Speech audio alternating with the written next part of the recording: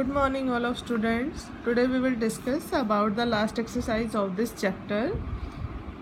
So that today's topic is volume integral. Volume integral जैसा हमने previous video में पढ़ा था, उसके बारे में किसके बारे में पढ़ा था? हमने सरफेस इंटीग्रल के बारे में पढ़ा था। उसमें क्या था? An integral which is evaluated over a surface. कुछ इस टाइप की शेप बनाई थी ना अपन ने, जिसमें हमने सब डिवीज़न कर दिए थे, फिर एक रैंडम पॉइंट लिया था, उस पॉइंट के विद रिस्पेक्ट हमने एक फॉर्म बनाई थी सम फंक्शन की, फिर उसके बाद हमने उसको डबल इंटीग्रेशन में लेके, अगर लिमिट एग्जिस्ट करती थी तो डबल इंटीग्रेशन में मतलब इंटीग्रल सरफेस इंटीग्रल फॉर्म आ रही थी हमारे पास, है ना। यहाँ पर भी कुछ कुछ वैसा ही है, बस यहाँ पर वॉल्यूम इंटीग्रल है तो सरफेस के वॉल्यूम पर, देखो इसके नाम से समझ जाओ, any integral which is evaluated over the volume of the surface. ठीक है, any integral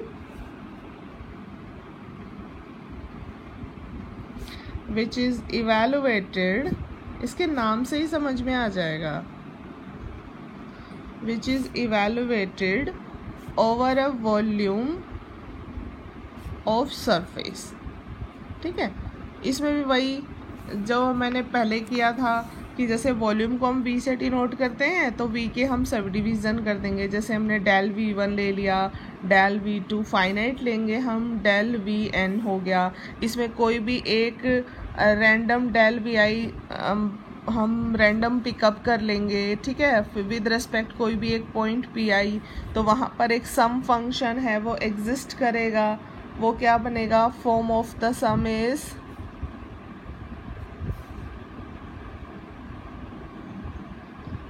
form of the sum is summation i varying 1 to n phi, और किसके विद रिस्पेक्ट जो पॉइंट हमने लिया था, and del vi, then if उसमें हमने आगे भी क्या पढ़ा, मतलब सेम ही है, बस वहाँ पर सरफेस पे डायरेक्ट था, यहाँ पे वॉल्यूम ऑफ द सरफेस है बस। इफ़ द लिमिट एग्जिस्ट, अगर हमारे पास लिमिट है वो एग्जिस्ट करती है, then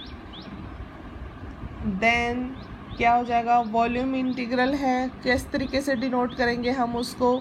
triple integration v volume and this is phi and this is dv। ठीक है बेटा, v से यहाँ पर हम क्या होगा?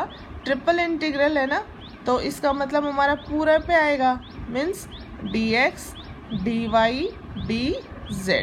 अब आप लोग इंटीग्रेशन तो बहुत आसानी से कर लेते हो, सिर्फ प्रॉब्लम आती है उसकी लिमिट में। ठीक है ना, तो लिमिट लेने का भी एक तरीका है। किसी क्वेश्चन में अगर गिवन हो, ठीक है, अगर किसी क्वेश्चन में गिवन हो तो कोई प्रॉब्लम ही नहीं है। कई बार क्या करता है कि किसी क्वेश्चन में जैसे उसकी दे देता है, इसकी बात कर रहे हैं, जैसे लाइन की दे दी या फिर प्लेन का दे दिया, है ना। जैसे कि फर्स्ट एग्जाम्पल देखो आप लोग, फिर आप लोगों को समझ में आ जाएगा। So the statement of the first example is this: if f vector equal to 2x square minus 3zi minus 2xj minus 4xk, then evaluate triple integral del cross f dv। ठीक है बेटा, ये हम लोग आराम से कर लेंगे। देखो डेल क्रॉस एफ निकाल लेंगे हम आराम से, क्योंकि हम पढ़ चुके हैं ना पहले ही, तो डेल क्रॉस एफ निकाल लिया, ये आ जाएगा। अब बात आती है इसकी लिमिट पे। अब इसकी लिमिट देखो, इसकी लिमिट में क्या दिया हुआ है अपने को? सिर्फ एक दिया हुआ है, that this is 2x plus 2y plus z equal to 4। ठीक है, अब देखो हम इसमें क्या करेंगे, जैसे हमारे पास तीन टर्म्स हैं x y z, हम इसकी लोअर लिमिट तो हम ओरिजिन से ही लेके चलेंगे, तो जो भी होगा x y z सब 0 से स्टार्ट होएगा और कहाँ तक जाए, मीन्स इसका लोअर लिमिट तो 0 होगा और इसका अपर लिमिट हम डिसाइड करेंगे। तो हम क्या करेंगे, हमेशा आप उल्टा इसे ध्यान रखना, मीन्स ये ट्रिक है इसकी, मीन्स यहाँ से z की वैल्यू निकाल लो। So this is 4 minus 2x minus 2y आ जाएगा। ठीक है, तो z की वैल्यू कहाँ से कहाँ तक आ जाएगी? 4 minus 2x minus 2y। Okay, अब z यहाँ से स्किप कर दो, क्या बचा? 2x plus 2y equal to 4 आ गया बेटा। यहाँ से y की वैल्यू निकाल लो, सो y की वैल्यू कितनी हो जाएगी, 4 माइनस 2x करेंगे, 2 सब में डिवाइड कर देंगे, सो दिस इज 2 माइनस एक्स। तो ये क्या बच गया हमारे पास, 2 माइनस एक्स, ठीक है ना। एंड देन अब यहाँ से y स्किप कर दो, so this is 2x equal to 4 means x equal to 2। तो x की जो लिमिट हुई वो कहाँ तक हुई बेटा, 0 से लेके 2 तक। अब देखो किसकी बात कर रहा है ये, ट्रिपल इंटीग्रल v और del cross f vector dv, ठीक है। इंटीग्रेशन तो आप लोग कर लोगे, वो तो मैं बता भी नहीं रही हूँ। तो अब इसके ट्रिपल जो भी डेल क्रॉस एफ आएगा वो यहाँ पे आप मेंशन कर दोगे, मीन्स हम देखो इसमें ऑलरेडी सॉल्व कर चुके हैं ना डेल क्रॉस एफ। अब इसकी लिमिट में अपन क्या करेंगे, ट्रिपल इंटीग्रल, ठीक है, इधर z, so z equal to 0 to 4 minus 2x minus 2y and this is y equal to 0 to 2 minus x। तो पहले z काम करेगा बेटा, देन y करेगा, देन x करेगा। आप इसको उल्टा भी कर सकते हो, ऐसा कुछ नहीं है। And then x equal to 0 to 2, ठीक है।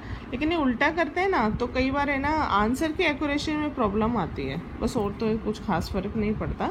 और उसके बाद अब जो भी आएगा आप उसका क्या कर दोगे, इंटीग्रेशन, ठीक है, कर लोगे इजीली बेटा। देखो सेकंड एग्जांपल क्या कहता है, if f vector equal to this when evaluate triple integral where v is the region bounded by the surface x equal to 0। देखो बेटू इसमें बहुत आसानी से दे दिया, मतलब अपने को कोई भी कुछ करने की जरूरत नहीं है। देखो x equal to 0 to 2, so this is 0 to 2, y equal to 0 to 6, so this is 0 to 6 and z equal to x square to z equal to 4। तो क्या हो गया, लोअर लिमिट हो गई x square and upper limit क्या हो गई 4, ठीक है बेटा। वही इसका इंटीग्रेशन अपन सोल्व कर देंगे और वही अपना इंटीग्रेशन का वो लिमिट लगाने का तरीका, upper limit minus lower limit, तो ये इसका आंसर आ जाएगा। ओके, तो 5.4 में 3 यहाँ पे क्वेश्चन है जो प्रॉब्लम हो टेक्स्ट में। Okay, thank you.